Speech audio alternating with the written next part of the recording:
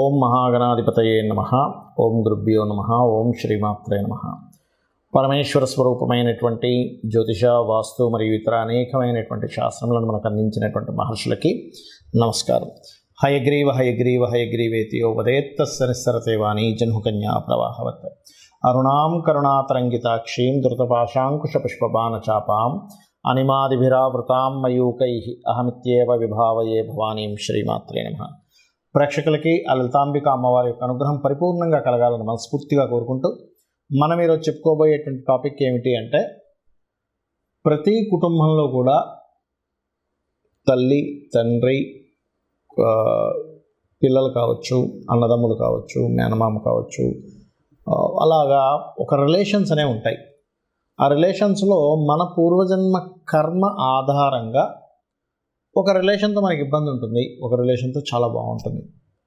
ఎందుకు అలా అవుతుంది అంటే, మనం పాస్ట్ లైఫ్లో చేసుకున్న కర్మ. కొంతమందికి జీవిత భాగస్వామితో ఇబ్బంది ఉంటే, కొంతమందికి అన్నదమ్ములతో, కొంతమందికి మేనమామతో, లేకపోతే కొంతమందికి ఆడపడుచులతోని, కొంతమందికి మదర్తో కూడా ఉంటుంది. అది చాలా దారుణమైనటువంటి కాంబినేషన్. కొంతమందికి ఫాదర్తో ఇబ్బంది ఉంటుంది.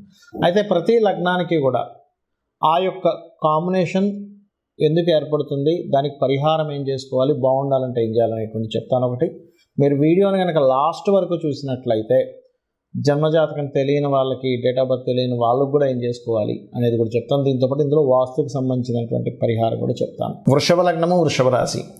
వృషభం వారికి ఉండేటువంటి గొప్ప క్వాలిటీ ఏంటంటే ఓపిక. అక్కడ ఎంత దారుణమైనటువంటి విషయం జరుగుతున్నా సరే వాళ్ళు చాలా కూల్గా, చాలా స్టెబిల్డ్గా ఉండగలుగుతారు వృషభ లగ్నం వాళ్ళు. అసలు ఆ తత్వాలు చూస్తుంటే అసలు మహర్షులు ఎంత గొప్పగా డిజైన్ చేశారు, ఎంత గొప్పగా ఈ శాస్త్రాన్ని ఇచ్చారో అనిపిస్తూ ఉంటుంది. అయితే ఇక్కడ కుటుంబ సభ్యులలో ముఖ్యంగా చంద్రుడికి థర్డ్ లార్డ్షిప్ వస్తుంది. ఈ చంద్రుడికి థర్డ్ లార్డ్షిప్ వచ్చినప్పుడు ఇది ఏమాత్రం పాడైనా వీళ్ళ మానసిక స్థితి మీద ప్రభావం చూపిస్తూ, ఇది అక్కగారు కానీ, అంటే అక్క, అత్త, లేకపోతే మదర్ తత్వంతో ఇబ్బందినిస్తుంది. ఏది, ఈ చంద్రుడు పాడైతేనే. అంటే చంద్రుడిని చాలా క్లీన్గా చూసుకోవాలి వృషభం వారు. మరి కుటుంబ సభ్యుల కారకత్వం బుధుడయ్యాడు. సో కుటుంబ సభ్యులతో సపోర్ట్ అనేటువంటిది ఎంతో కొంత ఖచ్చితంగా ఉండి తీరుతుంది, అందులో ఎటువంటి సందేహం లేదు వృషభం వారికి. బట్ కొంతమందికి, ఏమండి మీరు అన్నది కరెక్టే, 9 మందికి బాగుంటే ఒకరికి బాగాలేదు, ఎందుకు బాగాలేదని క్వశ్చన్ చేస్తూ ఉంటారు. ఆ ఒక్కరికి ప్రాబ్లం వచ్చేది ఏమిటంటే వాళ్ళ బుధుడు పాడవుతాడు. కుటుంబానికి కారకుడు అవుతాడు వృషభ లగ్నానికి. సో ఎప్పుడైతే కుటుంబానికి కారకుడైనటువంటి బుధుడు పాడయ్యాడో, కుటుంబ సభ్యుల వల్లే ప్రేమలు కోల్పోవడం. బికాజ్ ఆఫ్ 5th లార్డ్షిప్ వచ్చింది వృషభ లగ్నానికి. సో కుటుంబ సభ్యుల వల్లే ప్రేమ లేదని ఫీల్ అవ్వడం జరుగుతూ ఉంటుంది బుధుడు పాడైతే. బట్ ఆ బుధుడు బాగుంటే కుటుంబ సభ్యులతోనే వీళ్ళ హ్యాపీనెస్ మొత్తం ఉంటుంది, గుర్తుపెట్టుకోండి.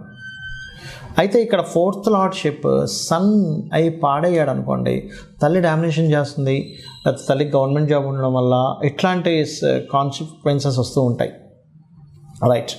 అయితే ఇక్కడ ఈ యొక్క జీవిత భాగస్వామితో లేదా అత్తగారితో, మామయ్య వరుస వాళ్ళతో ఇబ్బందులు వస్తున్నాయి అంటే, ఫస్ట్ ఆఫ్ ఆల్ మామయ్య వరుస వాళ్ళతో, మేనమామలతో కొంతమందికి ఇబ్బందులు ఉంటాయి. మీ శుక్రుడు పాడయ్యాని అర్థం చేసుకోండి.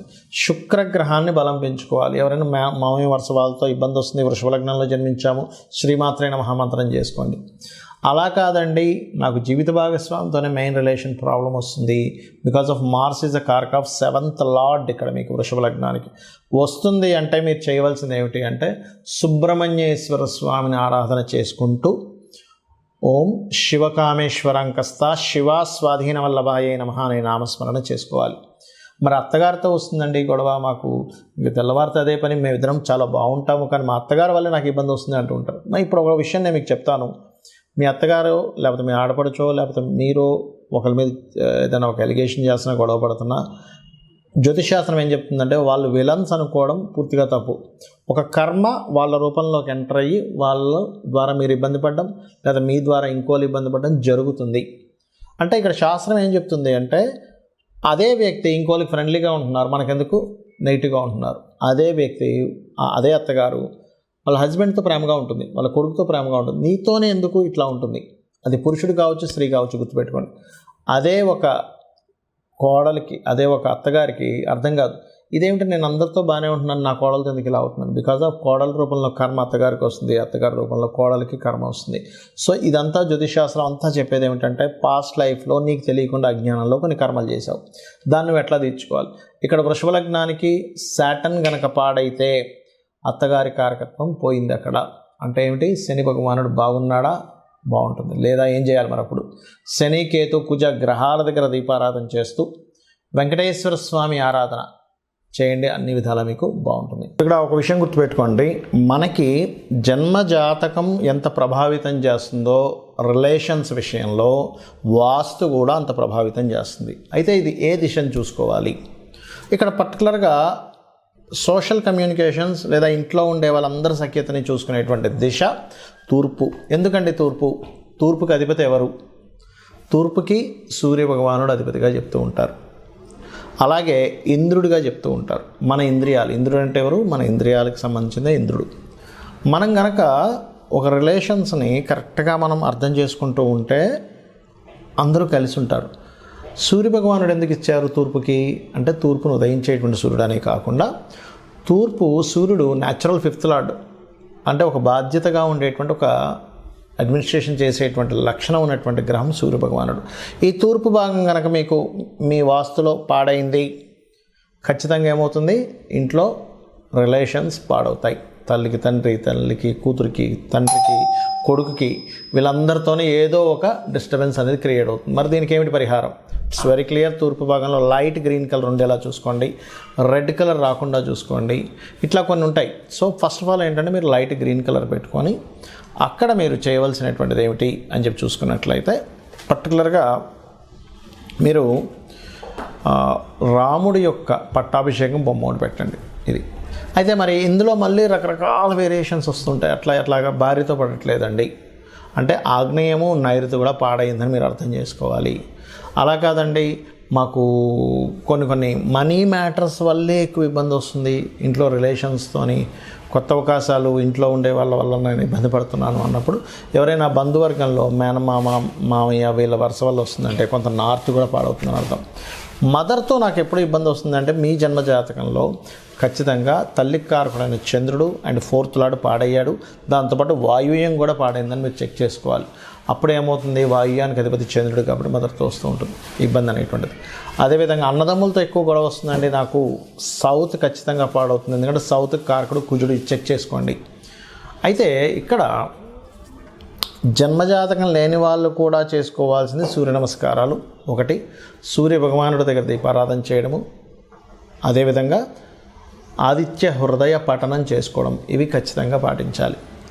మరొక విషయం ఏంటంటే, ఇక్కడ మీ పర్సనల్ చార్ట్లో పర్టికులర్గా ఇప్పుడు మనం ఒక్కొక్క లగ్నంతో చెప్తూ వచ్చాం.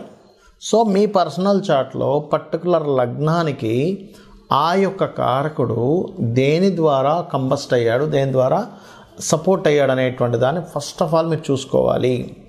ఆటోమేటిక్గా అది చూసుకొని దానికి సంబంధించిన దానం ఇవ్వడము, మంత్రం చేసుకోవడం చేస్తే ఖచ్చితంగా ఫలిస్తుంది. అయితే అందరికీ కూడా ఒకటే మాట చెప్తాను, ఇది ఛాలెంజింగ్గా చెప్తున్నాను. మీకు ఎటువంటి ఇబ్బంది ఉన్నా ఫ్రెండ్స్తో కావచ్చు, జీవిత భాగస్వామితో కావచ్చు, ఎవరితోనైనా మాకు ఎక్కువ శత్రుత్వాలు అవుతున్నాయి ఇంట్లో వాళ్ళతో బయట వాళ్ళతో, ఒక్క 10 నిమిషాలు సూర్య భగవానుడిని చూస్తూ ఇలా పట్టుకొని ఓం మిత్రాయ నమః, 100% శత్రువు కూడా మీకు మిత్రుడు అయిపోతాడు. అరే ఇంత ఎందుకు నేను గొడవ పెట్టుకుంటున్నాను, వీళ్ళతో నేను ఎందుకు గొడవ పెట్టుకుంటున్నాను, ఒక రియలైజేషన్ వస్తుంది దాని ద్వారా. అలాగే ఇక్కడ ఇంకొక విషయం ఏంటంటే, మీకు దగ్గరలో గోశాల కనుక ఉన్నట్లయితే గోవుకి వెళ్ళి ఆదివారాలు ప్రత్యేకంగా గోధుమ రవ్వ తినిపించండి. అదేవిధంగా మరొక విషయం ఏంటంటే, ఇంకా ఎక్కువగా ఉన్నాయండి రిలేషన్స్లో, అసలు నాకు సపోర్ట్ చేయట్లేదు, చాలా ప్రాబ్లమాటిక్గా ఉందన్నప్పుడు 14 కానీ 7 వారాలు కానీ రాముడి యొక్క పూజని ఆది బుధవారాలు చేయమని చెప్తుంది శాస్త్రం. సో రామదేవుడి కథ చెప్పుకోవడం చేసుకోవాలి. ఇక్కడ నేను చెప్పేది ఒకటే, మీ జన్మజాతకంలో ఎటువంటి దోషం ఉన్నా గుర్తుపెట్టుకోండి. ధనం రావట్లేదు అనుకోండి, రిలేషన్స్లో ఇబ్బంది ఉందనుకోండి, ఉద్యోగం లేదనుకోండి, వ్యాపారం సరిగ్గా సాగట్లేదు అనుకోండి, కంగారు పడక్కర్లేదు.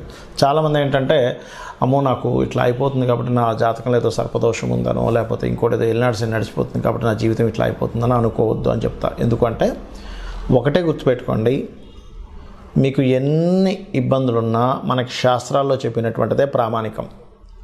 దేవీ భాగవతంలో సాక్షాత్ అమ్మవారే చెప్పినటువంటి అంశం నేను మీకు ఇప్పుడు చెప్పబోతున్నా. ఏమిటది అంటే, మీరు గనక ఈ ప్రకృతి ఏమిటి, ఈ విశ్వం ఏంటనే ఒక రియలైజేషన్ కనుక అయితే, లలితా సహస్రనామాలు మొత్తం కూడా రియలైజేషన్. ఈ ప్రకృతి అంటే ఎవరు, ఈశ్వరుడు అంటే ఎవరు, అమ్మవారు అంటే ఎవరు చెప్పేది లలితా సహస్రనామాలు. కనబడుతున్న ప్రతి వస్తువు ఈశ్వరుడు, అందులో ఉన్నటువంటి శక్తి అమ్మవారు అని మీరు రియలైజ్ అయ్యి అమ్మవారిని నమ్ముకొని, నాకేంటి మా అమ్ముందని ఎలా నమ్ముతామో, చంటి పిల్లవాడు అమ్ముందని ఎలా నమ్మి హాయిగా నిద్రపోతుంటాడు, అలాగే నాకేంటి అమ్మవారు ఉంది అనేటువంటి భావనతో ఎవరైతే నిత్యము లలిత చేసుకుంటూ, లలితా సహస్రనామాలు చేసుకుంటూ, ప్రకృతిలో ఉన్న ప్రతిదీ ఈశ్వర స్వరూపంగా భావిస్తూ వాళ్ళ పని వాళ్ళు చేసుకుంటూ వెళ్ళిపోతుంటారో, పక్కవాడ అదంటున్నాడా, లేకపోతే ఈ సొసైటీ ఇలా మారిపోతుందనా, లేకపోతే ఇంకోటి అవుతుందనా అనేటువంటి ఆలోచనలు పక్కన పెట్టి మన బాధ్యత మనం చేసుకుంటూ అమ్మవారిని నమ్ముకుంటూ వెళ్తున్నారా, మీ యొక్క తలరాతని అమ్మవారే మారుస్తుంది అనేటువంటి శాస్త్రంలో ఉన్నటువంటి పచ్చి నిజం. కాబట్టి ఇది ఫాలో అవ్వండి.